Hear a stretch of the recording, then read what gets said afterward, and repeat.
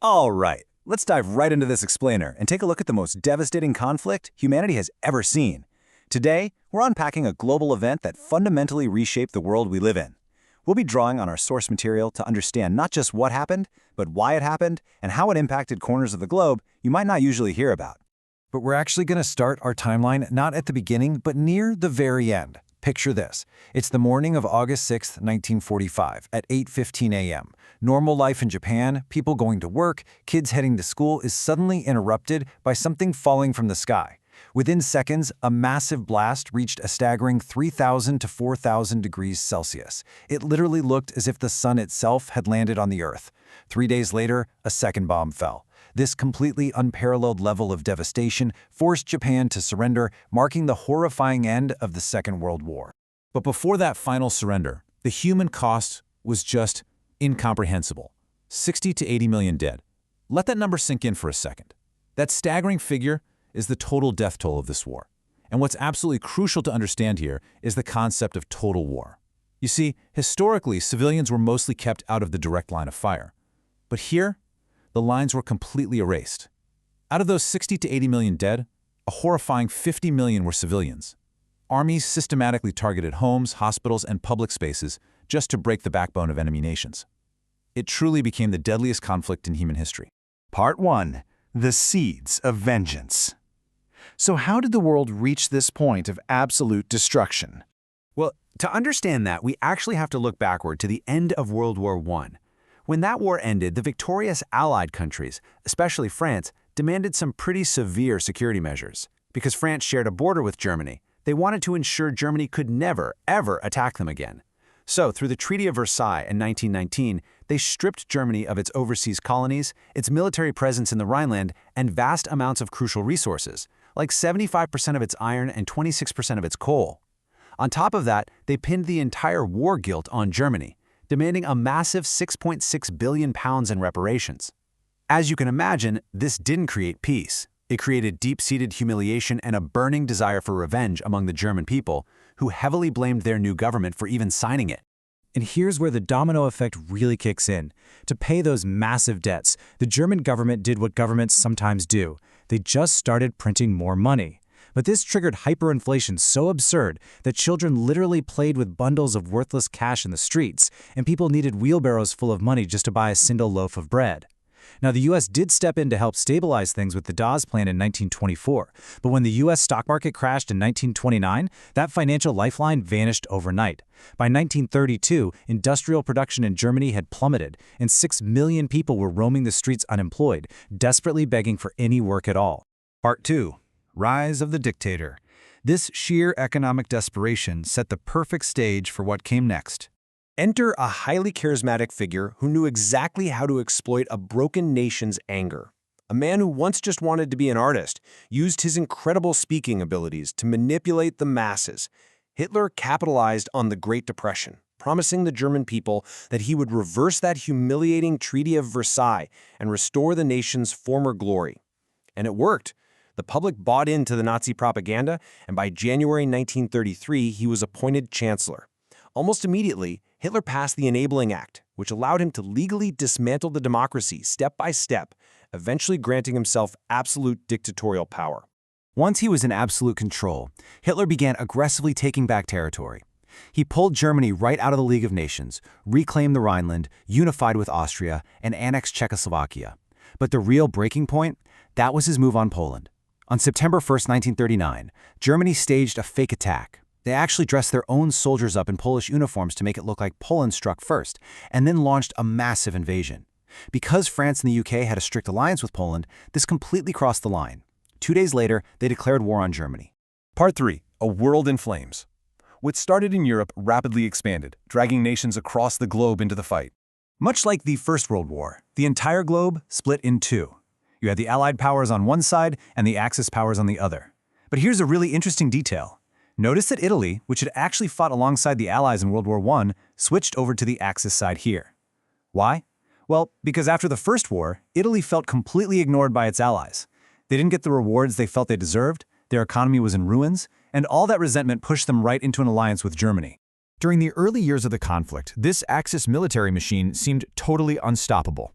Germany bypassed traditional defense routes and used Belgium to invade France, forcing Paris to surrender in just days, a shocking victory that absolutely terrified the world. When the UK refused to surrender, Germany initiated the massive air battle of Britain, dropping bombs continuously on British territory. Meanwhile, Japan, Germany, and Italy formalized their alliance with the Tripartite Pact, and together, Axis forces expanded their dominance, including the conquest of Greece. But then, Hitler's hubris led to a fatal mistake. Early in the war, he had actually signed a non-aggression pact with the Soviet Union. They even carved up Poland together.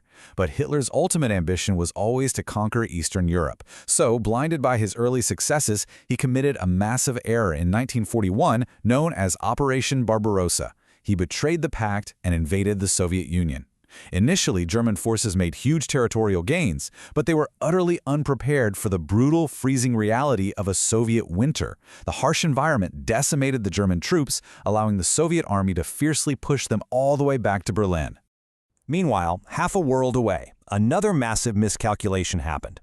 Up until this point, the United States had mostly stayed out of the direct fighting, but that changed instantly when Japan launched a devastating surprise bombing campaign on the American island base of Pearl Harbor in the Pacific.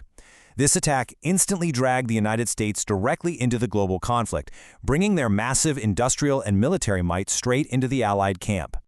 So, facing the combined might of the U.S. coming from the west and the Soviet Union from the east, the Axis powers finally began to collapse.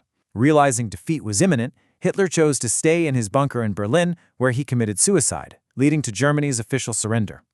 Japan, however, continued to fight fiercely, and this brings us full circle to those horrific atomic blasts we talked about at the start.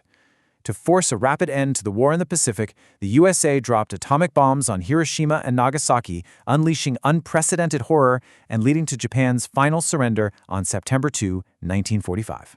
Part 4. The Aftermath in India. The end of the war completely redrew the global map, and the colonial cost was immense. First, let's look at the broad global fallout. To try and enforce actual peace, the failed League of Nations was replaced by the United Nations. The European economy was in absolute ruins. Germany itself was literally carved up into East and West, controlled by the USSR and the Western Allies. And this tension directly sparked the dawn of the Cold War between the two new global superpowers, the USA and the Soviet Union. But crucially, the era of imperialism was rapidly fracturing. Nationalist and independence movements surged across Africa and Asia, in places like Myanmar, Egypt, the Philippines, Indonesia, and of course, India.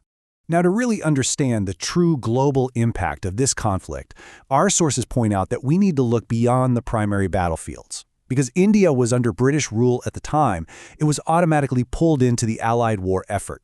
A staggering 2.5 million Indian soldiers were drafted to fight across the globe against the Axis powers. The sheer human sacrifice of these Indian troops fighting a global war on behalf of the British Empire was immense. 87,000 Indian soldiers were killed in action. Over 34,000 were severely wounded, and more than 67,000 were taken as prisoners of war. Think about that for a second. These men were fighting and bleeding for a freedom overseas that they didn't even possess in their own homeland. And back home, the war effort completely ravaged the local Indian economy.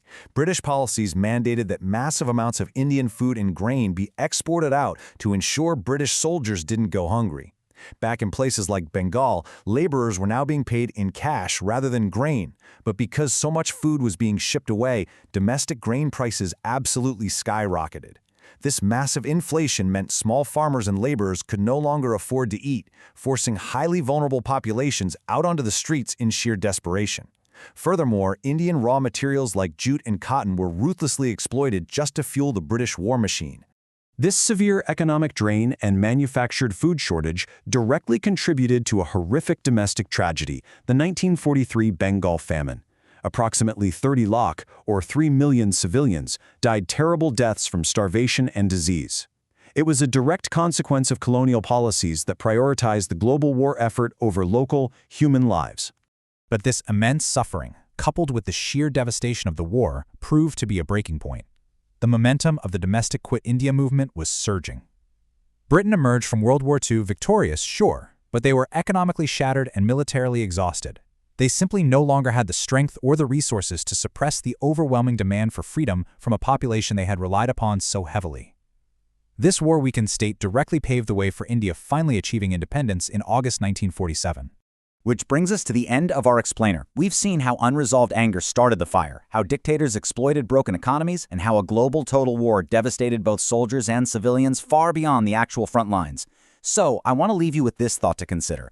Did the global fight against tyranny ultimately force the end of colonialism? How did a war that nearly destroyed the world also become the exact catalyst that fractured global empires forever? Thanks for joining me as we unpack the source material today and keep questioning the history that shapes our present.